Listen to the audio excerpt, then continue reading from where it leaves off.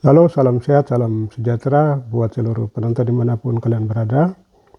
Salam berpikir kritis. Pada video kali ini saya akan bicara tentang kebijakan Prabowo yang akan menghancurkan kehidupan bangsa Papua di tanah Papua.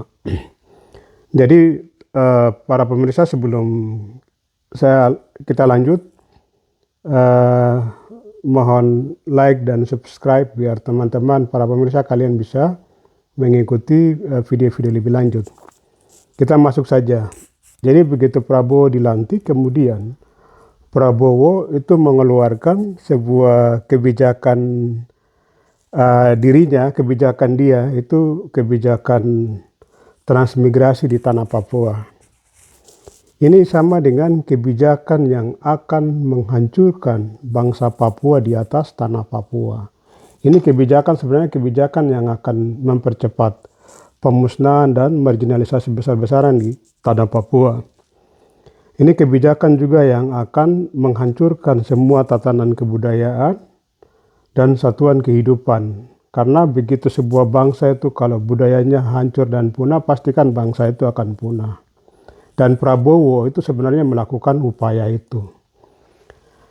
Nah, ini kan kacau sekali karena Papua itu bukan tanah kosong. Papua itu kan dihuni oleh lebih dari 300 suku, kemudian itu punya ribuan marga di tanah Papua. Dan dulu di zaman Belanda, Papua itu dibagi menjadi 7 wilayah adat, karena masing-masing wilayah adat itu mereka punya tanah-tanah sakral, tanah-tanah adat yang semua itu menjadi satu kesatuan dalam kehidupan kebudayaan orang Papua. Nah, kebijakan Prabowo ini kan sama dengan kebijakan dulu presiden-presiden di zaman dulu yang ingin supaya menguasai tanah milik bangsa lain, yang ingin menguasai segala macam sumber daya bangsa lain, kemudian kekayaannya itu dikerok dan upaya untuk memiskinkan dan memarginalkan penduduk asli. Ini kan kejahatan serius ini, kejahatan serius. Mestinya itu Prabowo melakukan pendekatan yang namanya itu kan pendekatan dialog atau perundingan.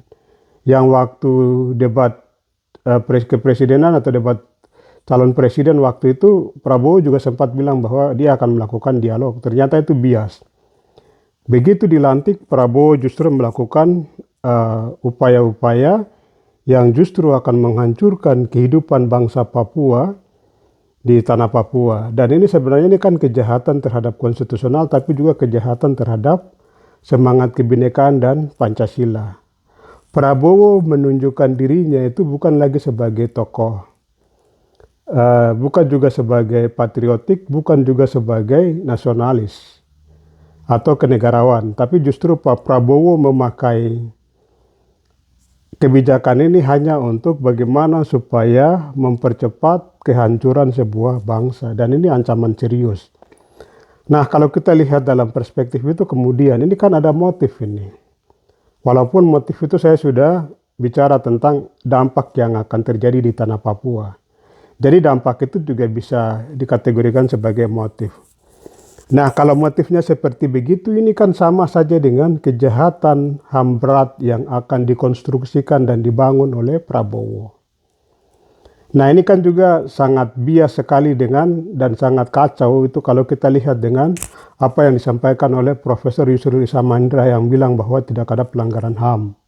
Tidak ada pelanggaran HAM berat, ini kan kacau sekali. Sementara di Papua itu setiap saat itu ada kasus kejahatan pelanggaran HAM berat. Bahkan keberadaan Papua di Indonesia ini kan bagian dari kolonialisme, itu juga kejahatan pelanggaran HAM berat. Motif yang kemudian akan menjadi kebijakan Prabowo ini kan juga itu bagian dari kategorisasi kejahatan pelanggaran HAM berat, karena ada niat, ada motif yang berdampak kepada kehancuran sebuah bangsa. Mestinya ini kan ketika kita bicara tentang misalnya kebinekaan, itu setiap daerah punya kebiasaan, karakteristik, dan segala macam yang berbeda-beda, punya kebudayaan yang berbeda-beda, yang itu harus kemudian itu harus dihargai dan dihormati. Dan sangat fatal dan tidak benar itu kemudian pakai alasan untuk pembangunan kesejahteraan, pemerataan, dan segala macam. Pengertian pemerataan itu lebih kepada pembangunannya, bukan distribusi. Bukan distribusi atau pengiriman transmigrasi yang memberikan ancaman terhadap sebuah bangsa. Pemaknaan kesejahteraan atau pemerataan sendiri ini juga kemudian itu terjadi kekeliruan yang sangat fatal. Ternyata itu semua itu dipoles hanya dalam semangat adanya niat atau motif. Motif ini bagian dari kejahatan serius HAM yang bisa disoroti, sehingga kami juga minta itu supaya Komnas HAM, lembaga independen ini jangan tidur, jangan juga terlena atau jangan juga kemudian terkesan atau terlihat itu hanya tunduk kepada kekuasaan. Tunjukkan independensi, berani bicara tentang kejahatan HAM, batasan-batasan HAM sebagai lembaga yang independen. Jadi para pemirsa dimanapun kalian berada, kalau kita lihat dari apa yang disampaikan Prabowo soal pendekatan transmigrasi ini kan sebenarnya ini kan tindakan kejahatan. Motifnya itu sangat jahat karena itu akan berdampak kepada kehancuran bangsa Papua. Nah, mari kita sama-sama itu harus peka dan lihat hal ini. Kita harus berani untuk mengkritisi hal ini. Dan misalnya terhadap Prof. Yusril yang hanya bicara sembarang seperti begitu yang bilang tidak ada pelanggaran HAM, ini kan juga sangat fatal sekali. Akan bagus kalau gelar profesornya itu kemudian dicopot. Jadi biar sudah dia sebagai seorang politisi kah atau apa kekuasaan kah segala macam.